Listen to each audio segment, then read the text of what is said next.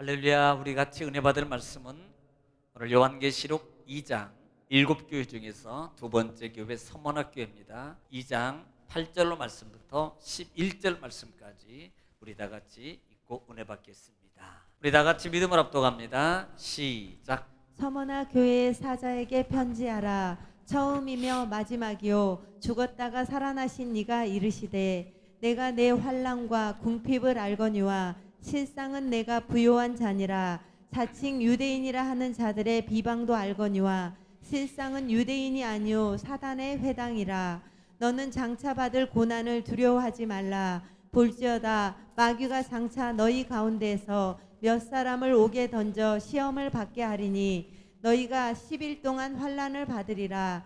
네가 죽도록 충성하라. 그리하면 내가 생명의 관을 내게 주리라. 귀 있는 자는 성령이 교회들에게 하시는 말씀을 들을지어다. 이기는 자는 둘째 사망의 해를 받지 아니하리라. 아멘. 할렐루야. 오늘도 하나님은 여전히 말씀을 통해서 우리에게 말씀하십니다. 그러므로 하나님의 말씀을 하나님의 음성으로 여기고 받으시면 복이 됩니다. 할렐루야. 아멘하고 받으면 기적이 일어납니다. 문제가 해결받습니다. 병이 고침받습니다. 할렐루야. 왜냐하면 하나님의 말씀은 살아있고 운동력 있는 말씀이에요. 여러분 히브리서에서 말씀하는 것처럼 하나님 말씀은 좌우의 양날검이에요. 날쌘 검보다 예리하여서 우리 영과 및 혼과 관절과 골수를 찔러 쪼개기까지 하시며 마음과 뜻을 뭐 하신다? 감찰하신. 뭐가? 하나님의 말씀이에요. 할렐루야. 그러므로 하나님의 말씀을 믿음으로 또 아멘으로 사모함으로 받으면 이것이 하나님을 대하는 자세예요.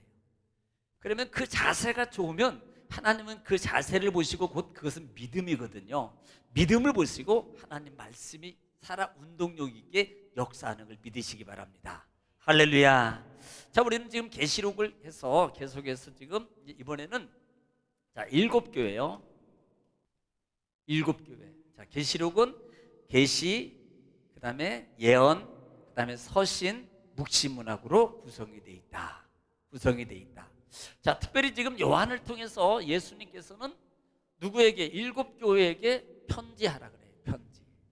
그러니까 소아시아의 7교회만 있는 게 아니라 그랬어요. 7교회는 대표성을 가진다 그랬습니다. 이것은 결국은 뭘 말하냐면 결국은 요한 이 계시록은 어떻게 보면은 그 시대적 상황, 신앙, 또 그냥 두 가지로 본다면 그 시대적 상황, 지금 현세적 상황, 앞으로 일어날 예언적 미래적 상황에 대한 예비. 그래서 이걸 어디에? 교회라는 특징입니다. 교회라는 구성은 지금 이 포괄적인 단어라 그랬어요. 그 시대에 있는 교회뿐만 아니라 그 이후에 있는 많은 교회들, 앞으로 이 시대뿐만 아니라 이후에 있을 많은 교회, 그리고 그 교회는 성도를 가리킨다 그랬어요. 그 성도들이 종말적 신앙을 가지고 살아가는 신앙의 삶을 어떻게 깨어 있어서 살아야 될 것인가를 격려하는 거다. 혼내주기 위해서 하는 게 아니다. 계시록은 종말이라는 단어는 안 믿는 사람에게나 종말이 위험한 거예요. 무서운 거예요. 근데 우리 믿는 사람에게는 영광이거든요.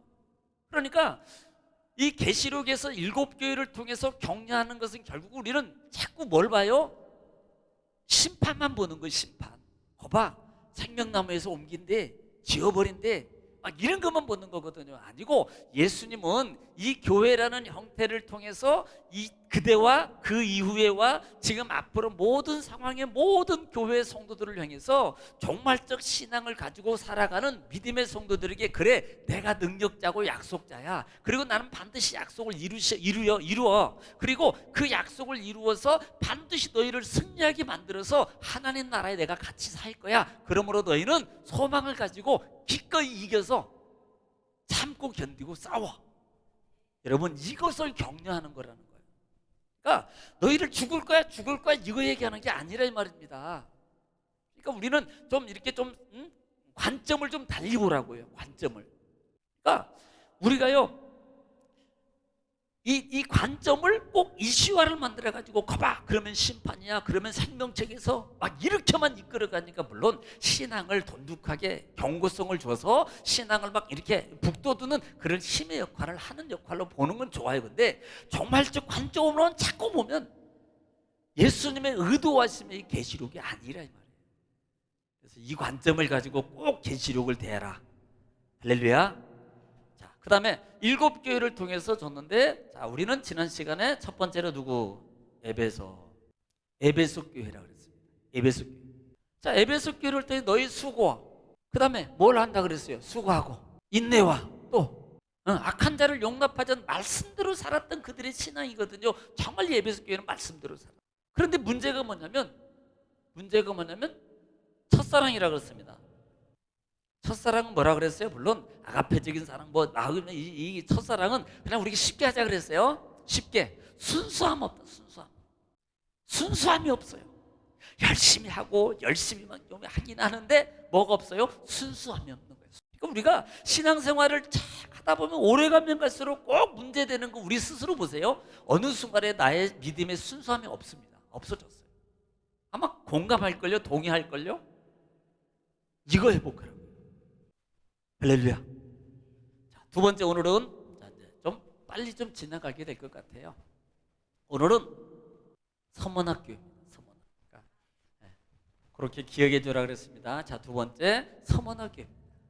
자, 잠깐 서문학교에 대해서 우리가 한번 영상을 한번 3개를 준비했어요. 그 묘행. 지금 서문학교에는 지금도 이 서문학교에는 존재하고 있다 그랬어요. 유일하게. 자, 지금 여러분이 화면에서 보시다시피 이 지금 서문학교회가 지금 나오고 있어요. 지금 이 교회는 실존하고 있는 교회입니다.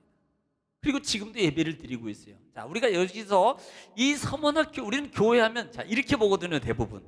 근데 그때 당시에는 유럽에 가면 고딕 양식이에요.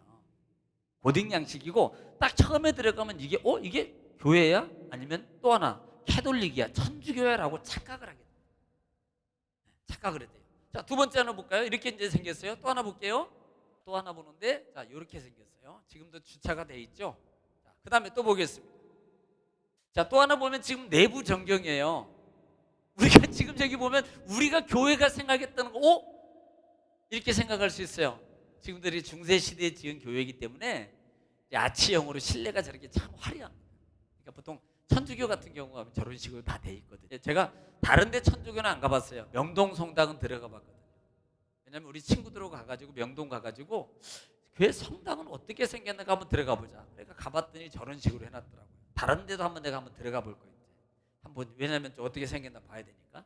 그러니까 이렇게 되어 있다. 이렇게 되어 있다. 이렇게 여러분이 기억하시고, 또 하나 아직도 존재하고 지금도 예배를 드리고 있다. 여러분이 기억하시고 서문화를 들어가겠습니다. 이 서문화는요, 이 서문화교회는 에베소로부터 북쪽입니다. 에베소로부터 북쪽으로 약 64km 지점에 위치한 아름다운 항구 도시예요. 에베소도 역시 항구 근접해 있습니다. 그런데 역시 서문화도 항구 도시예요. 특징이 뭐냐면 이 서문화교회는 상업적으로 에베소를 능가할 정도니까 상당히 부유합니다. 그리고 이곳은 과학이나 의술이 그래서 상당히 부유하고 과학과 의술이 발달해서 지식 어떤 그런 것도 좀 이렇게 차원적으로 좀 높은 거죠. 예. 또 하나가 중요한 것이 최초로 이 7교회 이 7지역 중에서 최초로 황제를 처음으로 숭배했던 지역이 바로 이 서문화 지역. 그러니까 얼마나 신임을 받았겠습니까? 로마로부터 최초로. 또 그만큼 신임을 받고 로마로 신임을 받았다면 이 기독교인들은 얼마나 고통을 받았겠는가도 생각하라 이 말입니다.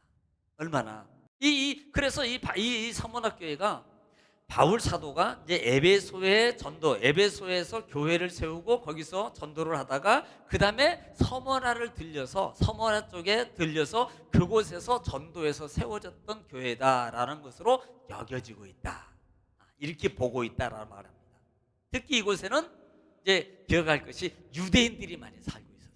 혹시 기억하십니까? 이제 아마 신학을 했던 친구들은 기억하지만 아마 모를 거예요. 최초에 기독교인 중에서 13번째로 사도 중에 폴리갑이 처음으로 순교를 당한 지역이 바로 여기입니다. 그러니까 폴리갑이 화형을 당했거든요. 폴리갑이. 그런데 이 폴리갑이 화형을 당하는 이 이야기에 관한 내용이 있는데요. 참 그 당시에 그 총독이 폴리갑이 그래도 참 인격적으로 참 뛰어나고 점잖고 이런 사람이었나 봐요. 그러니까 이제 이 총독이 폴리갑을 화형식 죽이기 전에 이렇게 말했습니다. 너 한 번만 가이사를 그냥 안서고 주라고 말만 해. 가이사를 주라라고 말만 해. 그러면 내가 살려줄게. 도와줄게. 절하라는 것도 아니고 그냥 그렇게 말만 해. 그러면 내가 도와줄게. 그렇게 제안을 했어요. 그때 당시가 나이가 86세. 근데 이렇게 말합니다. 내가 86년 동안 한 번도 하나님은 나를 섭섭하게 한 적이 없습니다. 그런데 내가 어떻게 그 하나님을 내가 배반할 수 있겠어? 죽어도 하나님을 배반. 그래서 결국은 그 광장에서 불을 태워서 죽여버려요. 그러니까 그렇게 죽인 거예요. 자, 이걸 보더라도 보면은 뭘 볼 수 있어요? 이 폴리갑의 신앙을 보면서 이 서머나 교회가 얼마만큼 신앙이 돈독. 특별히 여러분 7교회 중에서 책망을 받지 않는 교회 중에 하나. 그러니까 그렇게 어려운 상황입니다. 사실 에베소도 그렇고 7교회 모든 교회는요. 그때 당시에는 정말 어려웠습니다. 뭐하기, 신앙생활하기가 정말 어려웠어요. 왜? 목숨을 걸고 하는 거예요. 또 그뿐만 아니라요. 이 서머나 교회나 7교회 특징 중에 하나가 황제 숭배를 거절한다는 이유 때문에 상당히 많은 경제적으로도 불이익을 당했습니다. 이런 상황을 여러분들이 염두에 두시고, 자, 오늘 8절부터 읽으면서 같이 은혜를 나누길 원합니다. 8절입니다. 시작. 서머나 교회 사자에게 편지하라. 처음이며 마지막이요 죽었다가 살아나신 이가 이르시되. 처음에 맞으면요, 창조자이시고 모든 걸 주관하시는 전능자이시고, 예수님을 각 교회마다 표현하는 방식이 이렇게 말합니다. 이 서머나 교회만큼은 처음이요 마지막이요 죽었다 살아나시니가 이르시되, 부활을 이루신, 약속을 이루신 그분이 이르시되, 이렇게 예수님을 표현하는 겁니다. 그분이 말씀하는 거예요. 예수님을 이렇게 표현하고 있다. 다시 말하면 사망 권세를 이긴 예수, 그분이 말씀하고 있는 거예요. 자, 9절 읽습니다. 시작. 내가 내 환난과 궁핍을 알거니와 실상은 내가 부요한 자니라. 자칭 유대인이라 하는 자들의 비방도 알거니와 실상은 유대인이 아니요 사단의 회당이라.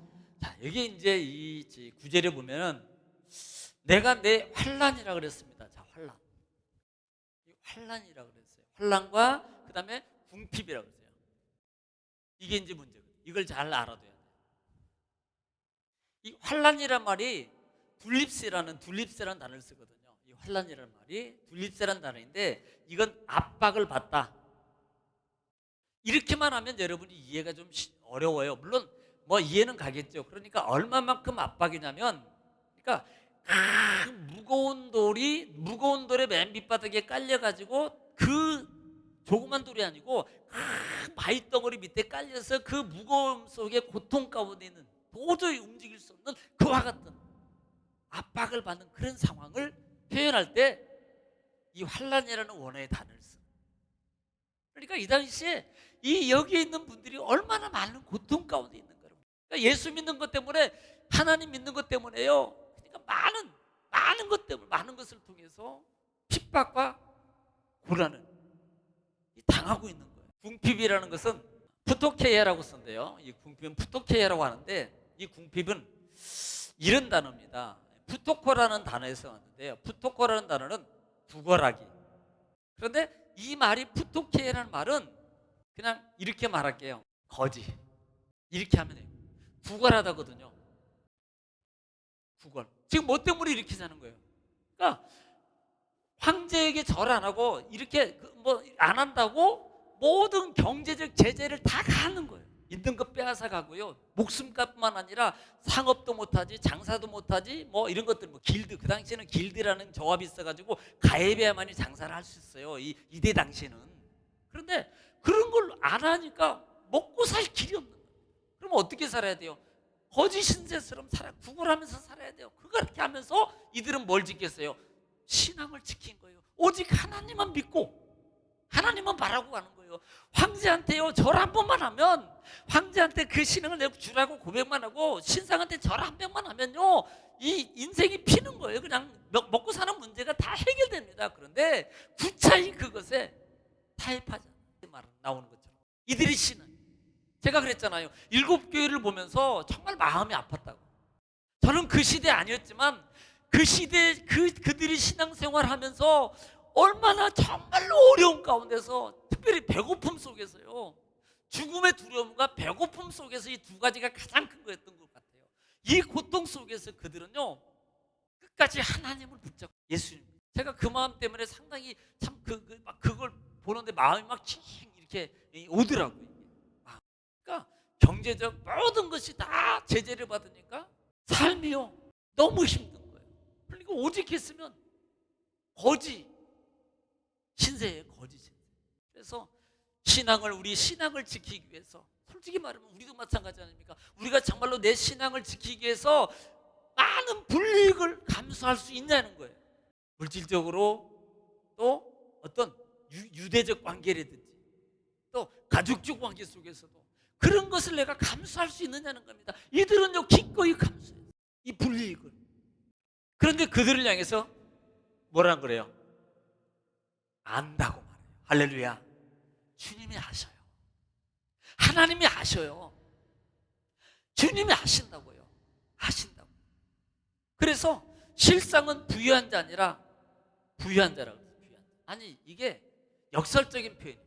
이거 솔직히 부유한 거 아니에요. 아니 거지 같은 생활하고 있는데 무슨 부유한 자예요.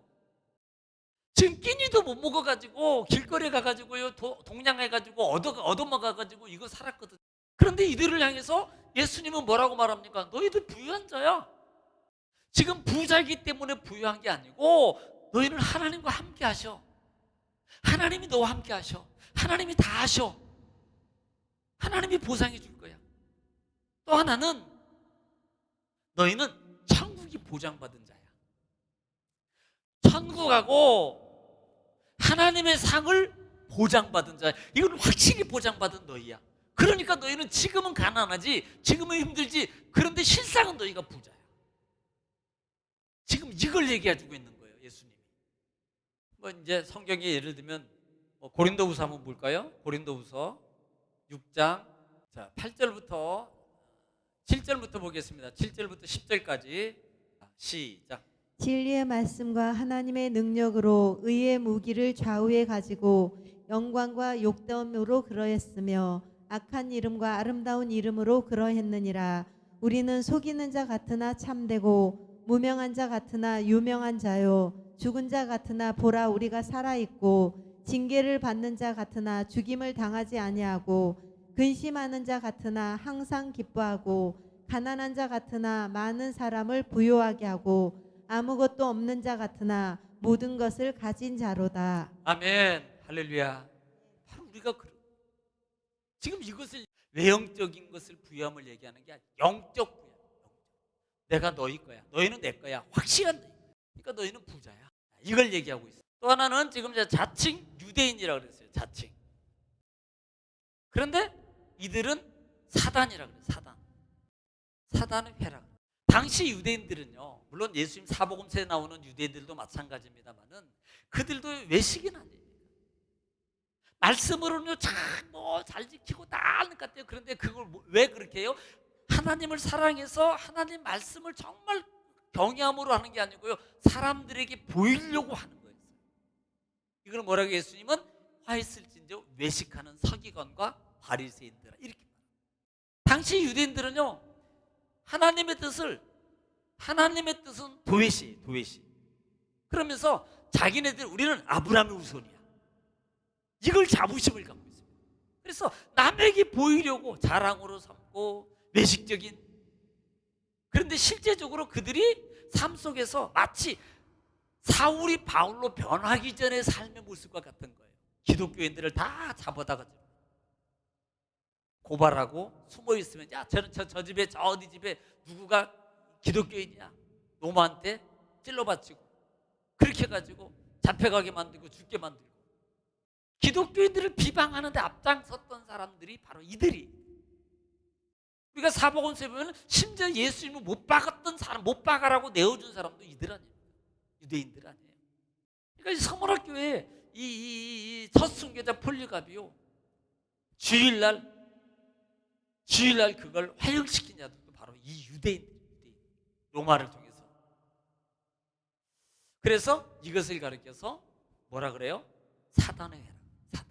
자칭 유대인이고 자칭 아브라함 후손이고 막 그렇지만 이들은 실제적으로 보면은요 사단의 회 하는 짓이 모든 것들이. 그래서 사단의 회라고 말하고 있다. 자, 10절 보겠습니다. 10절. 너는 장차 받을 고난을 두려워하지 말라. 볼지어다 마귀가 장차 너희 가운데서 몇 사람을 옥에 던져 시험을 받게 하리니 너희가 10일 동안 환난을 받으리라. 네가 죽도록 충성하라. 그리하면 내가 생명의 관을 내게 주리라. 예, 그 말은 마귀라 그랬는데 이 마귀는 로마의 앞잡이 노릇하며 기독교인들을 받게 했던 그 당시의 유대인들, 이들을 지목한 거예요.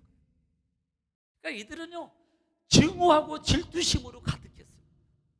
저 새끼들이 뭐 지들이 잘났으면 얼마나 잘하고 신앙이 좋다고 막 그러고 눈에 가시입니다. 늘 눈에 가시요. 여러분 사복음서의 눈에 가시가 누구였습니까? 예수님이었어요. 유대인들의 눈에 가시는 오직 예수입니다. 왜? 그들이 잘못한 것을 현란하게 지목하고 막 노골적으로 말했던 분이 누굽니까? 예수님 아니에요? 그러니까 늘 눈에 가십니다. 유대인의 눈에 가시는요 기독교인이에요. 그래서 이 기독교인을 옥으로 보내는 역할을 가장 많이 했던 사람들이 바로 유대인. 그 당시에. 그래서 그 당시에 옥으로 간다는 말은 결국은요 사형장 죽음으로 가는 거예요. 옥으로 가면 다 죽었어. 자, 그 다음에 10일 동안이라 그랬냐. 여기에는 두 가지 설이 있습니다. 대부분은 학자들은 10일이 시간적 비교적 짧은 기간에 대한 어떤 그 고대 통상적인 표현이라고 주장을 해요. 그러니까 짧은 기간 동안에 이런 고난의 일들이 일어날 거야.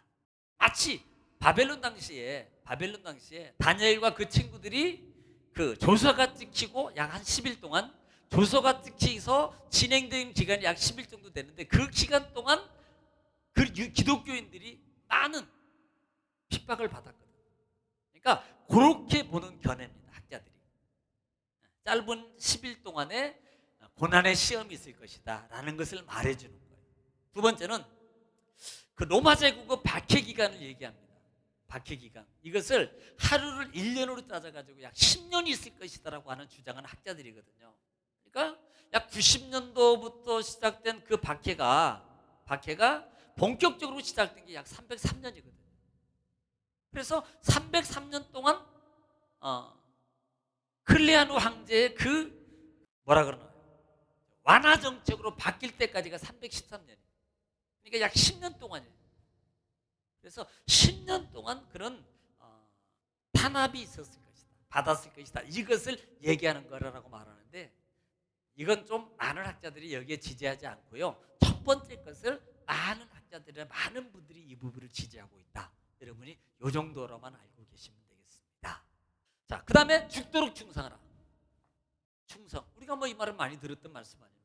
죽도록 충성하라. 그러면 생명의 멸류관을 내가 자, 죽도록 충성이라는 게 뭐예요? 지키는 거예요. 신실한 그 신앙을 굳게 서서. 그러니까 우리가 충성이라는 단어에 대해서는 모르는 분이 없을 것이에요. 원래 충성은요, 충성이라는 단어는 목숨을 버리는 거예요. 목숨을 버리면서까지라도 그 위치를, 그 본분을 지켜야 하는 거예요. 그렇게 하는 너희는 죽도록 충성하라. 그러면 생명의 멸류관을 내가 주겠다. 이것은 뭐예요? 영생을 상징해요. 그러니까 둘째 사망에서 내가 들어가지 않도록 하나님께서 지켜줍니다. 첫째 사명은 육체요, 둘째 사명은 영원히 천국과 지옥으로라는 그 관계인데 계시록 2장에 나오는 20장에 나오는. 그런데요 지금 두 번째 영원한 생명으로 너희를 내가 보장해주고 그곳에 들어가게 돼 있다. 이것을 확신시켜주는 거예요. 확신시켜주는 거예요. 자, 11절 읽겠습니다. 11절 시작.